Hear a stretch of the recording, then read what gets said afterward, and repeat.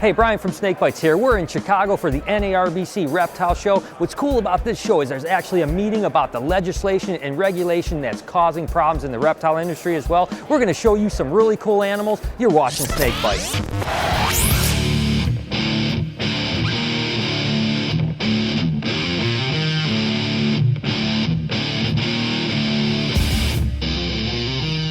How's it going, man? Pretty good. Good. What's your guys' name? I'm Matt. I'm Susan. Susan. Where are you guys from? Michigan, actually. Michigan, really? I'm from Michigan too. What part? We gotta be neighbors, right? Kalamazoo. No, we're not neighbors. Nope. Okay. Well, we've been watching your show since it came out. Awesome. I've watched every single one of your episodes. Awesome. Well, then I like you guys even better now. That's fantastic. Thank you so much. Do you have any idea what NARBC stands for?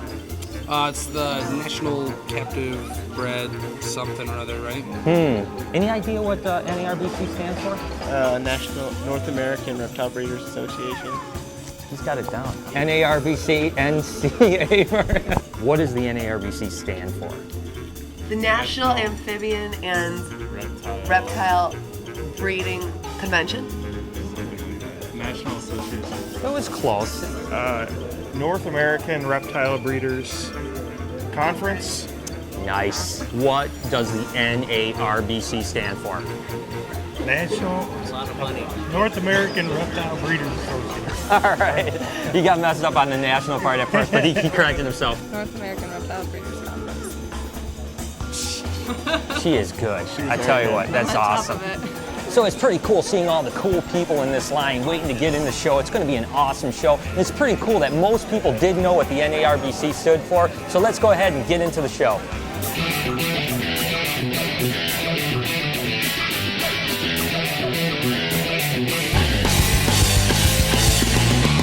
Hey, I'm over here at JMG Reptile, and I tell you what, these guys do incredible geckos. And you guys know I love leopard geckos, but what really caught my eye are these African fat-tailed geckos. There's actually zeros and what they're calling super zeros. These things are outrageous, and I tell you what, I think my gecko colony is about to expand.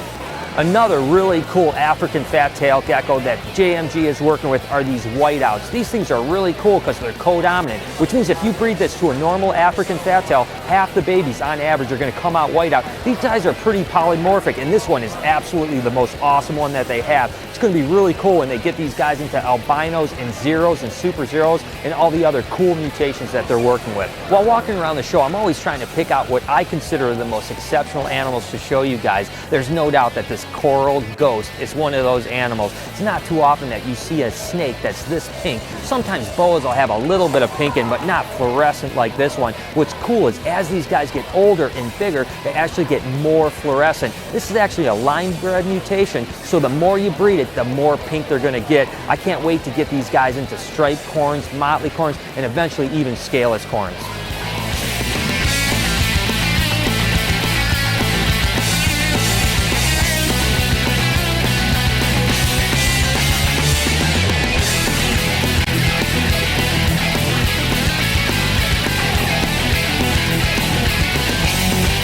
We don't do nearly enough stuff about amphibians in the show, so I had to take a little time when I saw this Amazonian milk frog. These things are so cool, and actually they get their name because they actually secrete a little bit of poison or toxin that actually is very milky. These guys are found all over the Amazon basin. What's really cool is these guys will have up to 500 to 800 eggs, and when the eggs are laid, within one day they'll actually turn into tadpoles, and 6 or 8 weeks later they'll actually turn into little frogs. These guys are just incredibly patterned. I tell you, you got to see these in person to really appreciate how cool they are. Another cool frog are these giant waxy monkeys. These guys can actually get up to 4 or 5 inches long and up to 200 grams. What's interesting is they live all over South America up into the canopies where it's a little drier, and that's where they get their name, is actually excreting waxy substances to keep their body moist. These guys have such incredible faces.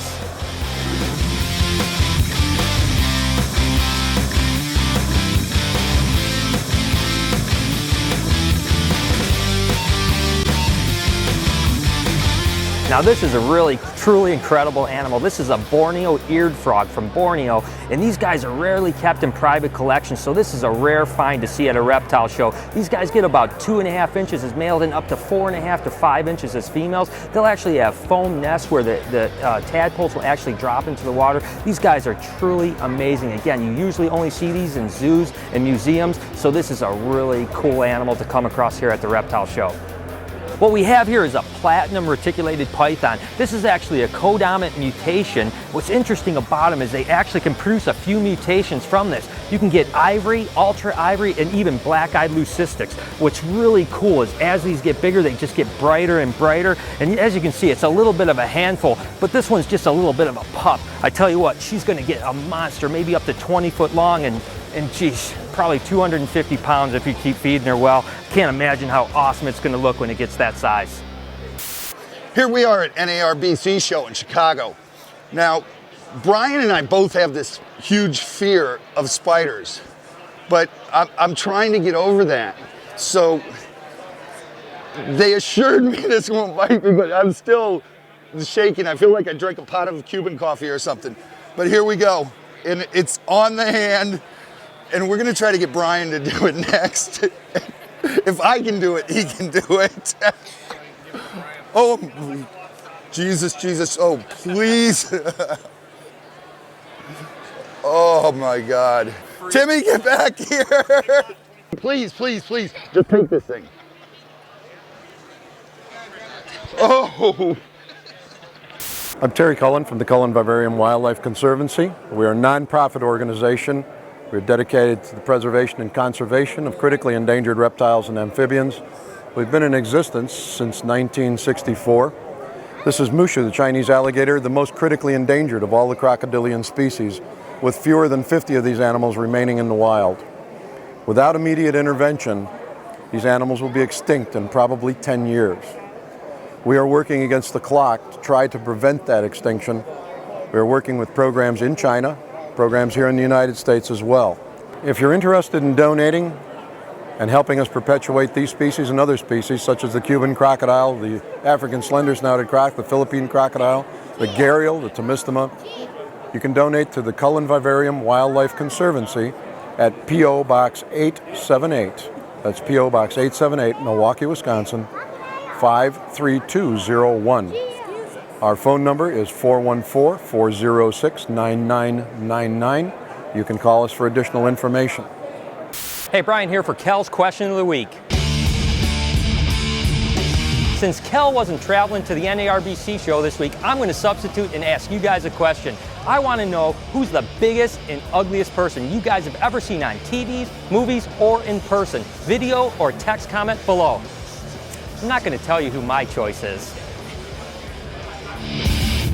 So there it was. I hope you guys enjoyed all the sweet animals at the show. We're wrapping the weekend up, and I'm telling you what, it was an awesome time. I want to give a huge shout out to USARK, PJAC, and Nat Pet for all they're doing to protect our rights to keep reptiles. Until next time, this was Snake Bytes.